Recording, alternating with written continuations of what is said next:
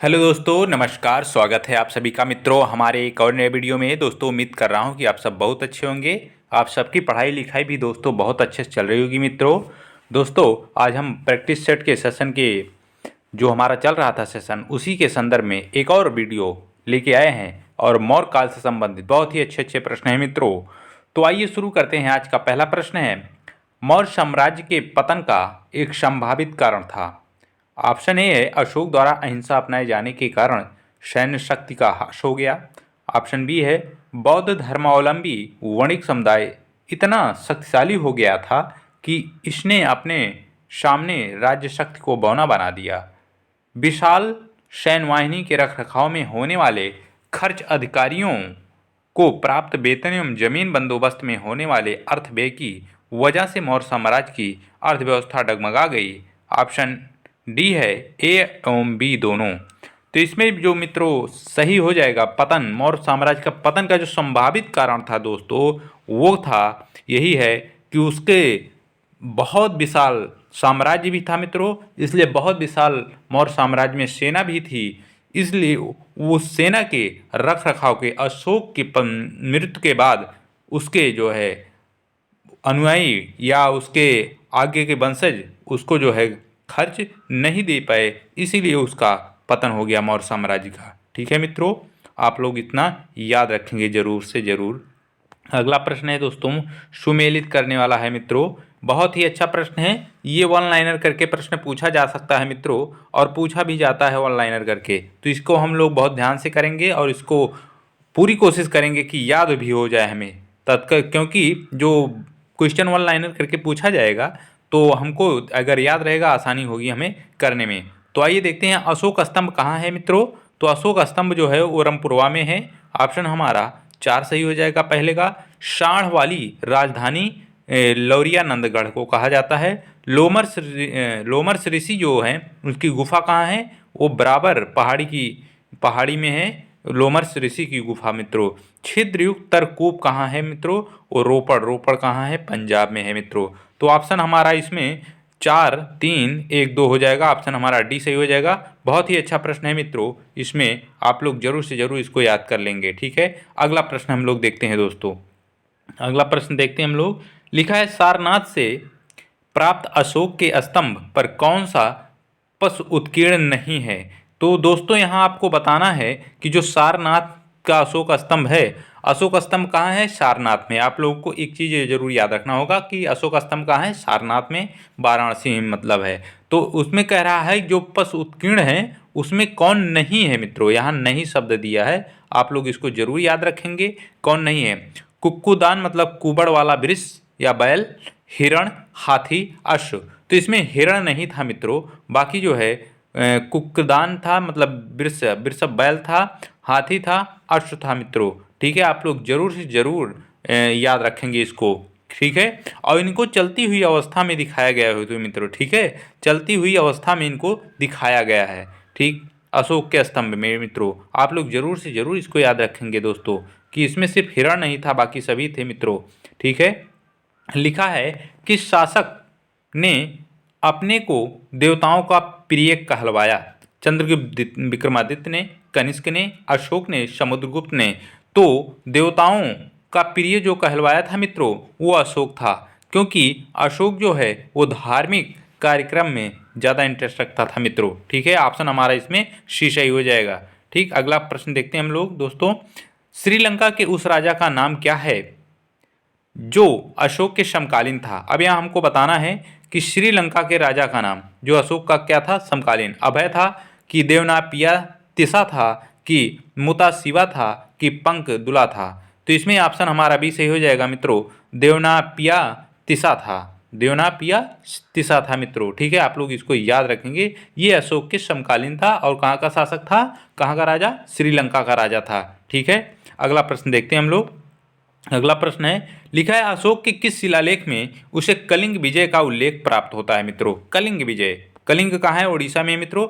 अशोक के किस शिलालेख में कलिंग विजय का उल्लेख मिलता है? 9वें शिलालेख में कि 11वें शिलालेख में कि 13वें शिलालेख में कि 12वें शिलालेख में?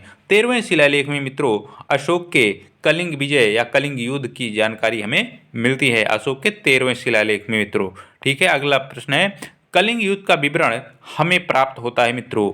तो इसमें शिलालेख 13 में, लघु शिलालेख प्रथम से, रोमन देय स्तंभ लेख से, हेनसांग से। तो अभी हमने लोगों ने पढ़ा कि कलिंग जो युद्ध हुआ था मित्रों वो हमें शिलालेख 13 से प्राप्त होता है। ये रोमन अंक में दिया है, सिर्फ कन्फ्यूजन के लिए मित्रों। आप लोग रोमन अंक 1 से 10 तक अगर याद कर लेंगे तो आपको बहुत ही लाभ देगा, हर जगह काम आने वाली ये चीज़ें हैं। ठीक है मित्रों, अगला प्रश्न है, अगला प्रश्न देखते हैं हम लोग।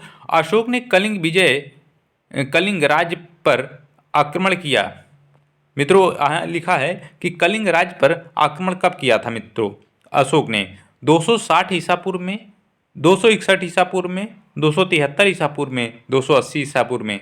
तो अशोक ने कलिंग पर जो आक्रमण किया था मित्रों वो 261 ईसा पूर्व में किया था। ऑप्शन हमारा बी सही हो जाएगा इसमें। ठीक है, अगला प्रश्न देखते हैं हम लोग।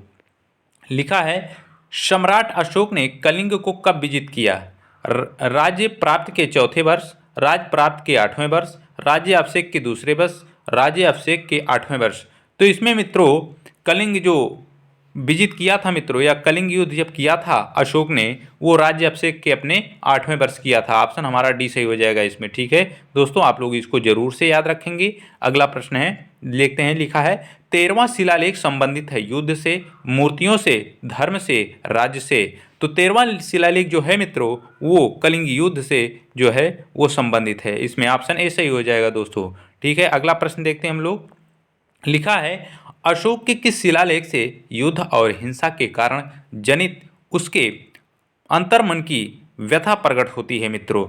धौली और जौगढ़, शहबाजगढ़ी और सोपारा, मास्की और भाब्रू, मानसेहरा और गिरनार। तो इसमें मित्रों जो अशोक का वह शिलालेख है जिसमें वो अपने मन की जो है व्यथा प्रकट करता है, मतलब दुख बहुत प्रकट करता है, वो है धौली और जौगढ़ शिलालेख में। ठीक है मित्रों, और धौली जौगढ़ कहाँ है मित्रों? ये उड़ीसा में है। ठीक है, उड़ीसा राज्य में है धौली और जौगढ़ ये शिलालेख है मित्रों। और इसी में उसका उल्लेख मिलता है कि अशोक जो है युद्ध के बाद बहुत ही जो क्षति हुई थी, जो लोगों की मृत्यु हुई थी, उसको देखकर काफ़ी वो दुखी हुआ था। इसी में धौली और जौगढ़ में उसका उल्लेख मिलता है मित्रों। ठीक है, अगला प्रश्न है, अगला प्रश्न हम लोग देखते हैं। लिखा है अशोक ने अपने किस शिलालेख में 8वीं जातियों का उल्लेख किया है? 5वें, 11वें, 13वें कि 12वें? किस शिलालेख में मित्रों 8वीं जातियों को जो है वो उल्लेख करता है? और इसमें ये 13वें शिलालेख है मित्रों। ऑप्शन हमारा इसमें डी सही हो जाएगा।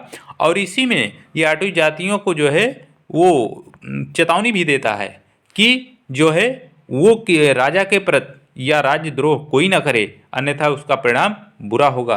तो इसमें ऑप्शन हमारा डी सही होगा। 13वें शिलालेख में 8वीं जातियों का उल्लेख मिलता है मित्रों। ठीक है, अगला प्रश्न है मौर्य काल में राजकीय मुद्रा को क्या कहा जाता था? निष्क, पण, कर्षापण, शतमान। तो मौर्य काल में जो है मित्रों राजकीय जो मुद्रा थी वो पण था। पण जो है मित्रों वो सोने का सिक्का होता था। क्या? सॉरी, सोने का नहीं, ये चांदी का सिक्का होता था मित्रों, पण। ठीक है, पण जो है वो चांदी का सिक्का होता था और उसी को जो है वो मौर्य काल में राजकीय मुद्रा घोषित की गई थी, पण को। ठीक है, पण को क्या कहा जाता है? चांदी।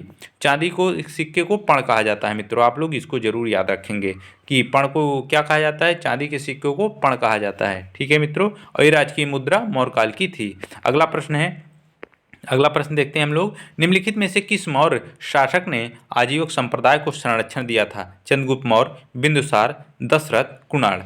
तो इसमें जो है मित्रों मौर्य शासक आजीवक संप्रदाय को संरक्षण जो दिया था मित्रों वो कौन था? वो बिंदुसार था। ऑप्शन बी सही हो जाएगा इसमें मित्रों। ठीक है, बिंदुसार अगर न होता तो इसमें दशरथ हो जाता मित्रों।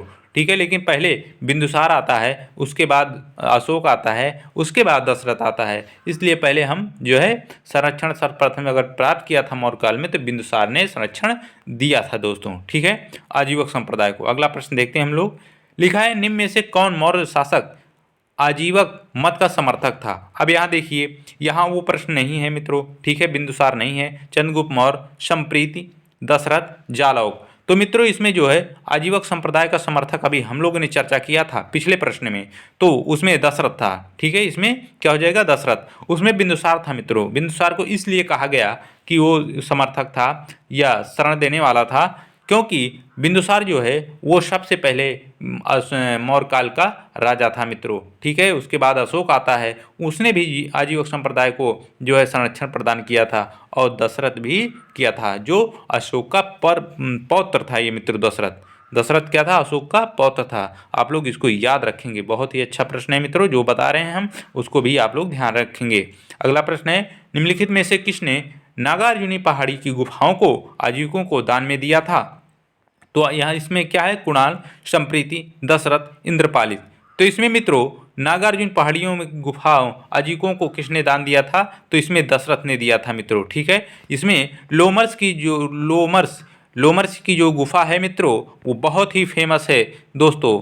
ये बहुत ही और सुंदर भी बनवाया था किसने? दशरथ ने। और किसके लिए दिया था इसको दान में, लोमर्स गुफा को? तो नागार्जुन पहाड़ियों में है, और इसको दिया था आजीवक संप्रदाय को दशरथ ने। आप लोग इसको भी याद रखेंगे, क्योंकि ये लोमर्स ऋषि गुफा, अशोक भी कई गुफा कर्ण चौपड़ और सारी गुफाओं का निर्माण उसने भी करवाया था, लेकिन वो बराबर की गुफाओं में करवाया था मित्रों। लेकिन यहाँ सुमेलित करके दे देगा उसमें से कि 3 ऑप्शन रहेगा कि 3 गुफा का नाम अशोक का और एक गुफा ये लोमर्स दे देगा कन्फ्यूजन के लिए। तो लोमर्स ऋषि अगर हमें याद रहेगा कि लोमर्स ऋषि जो गुफा है वो किसने आजीवक संप्रदाय को दिया था या किसने बनवाया था लोमर्स गुफा? तो दशरथ ने बनवाया था मित्रों। ठीक है, आप लोग इतना याद रखेंगे। अगला प्रश्न देखते हैं हम लोग, अशोक के अभिलेखों की भाषा क्या है? ब्राह्मी, खरोष्टी, पाली, प्राकृतिक। जो अशोक के अभिलेख है मित्रों उसकी जो भाषा है वो प्राकृतिक भाषा है मित्रों। ठीक है, आप लोग कन्फ्यूजन नहीं होना, प्राकृतिक भाषा है अशोक के अभिलेखों की। ऑप्शन हमारा डी सही हो जाएगा इसमें। ठीक, अगला प्रश्न देखते हैं हम लोग। लिखा है, अशोक के शिलालेखों की लिपि क्या है? संस्कृत, पाली, ब्राह्मी, प्राकृतिक। तो अभी हम लोगों ने पढ़ा कि अशोक के जो शिलालेख की लिपि है मित्रों वो प्राकृतिक है। ठीक है, हमारा ऑप्शन डी सही हो जाएगा।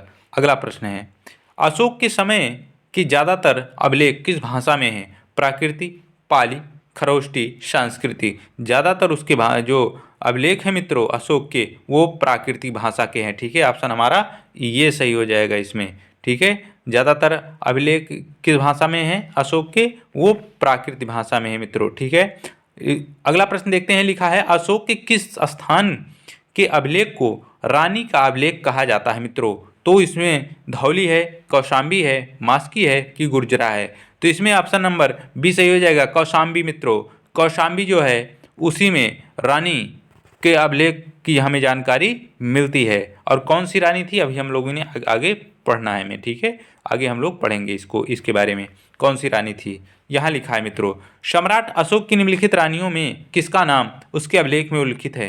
कारुआकी, तिस्यारक्षिता, महादेवी, कुमार देवी।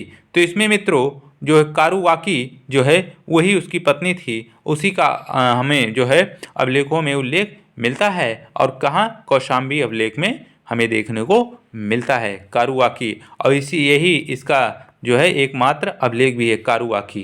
कारुवाकी का एक अभिलेख कौन सा है? कौशाम्बी में अभिलेख है। ठीक है मित्रों, आप लोग इसको याद रखें, बहुत ही अच्छा प्रश्न है दोस्तों।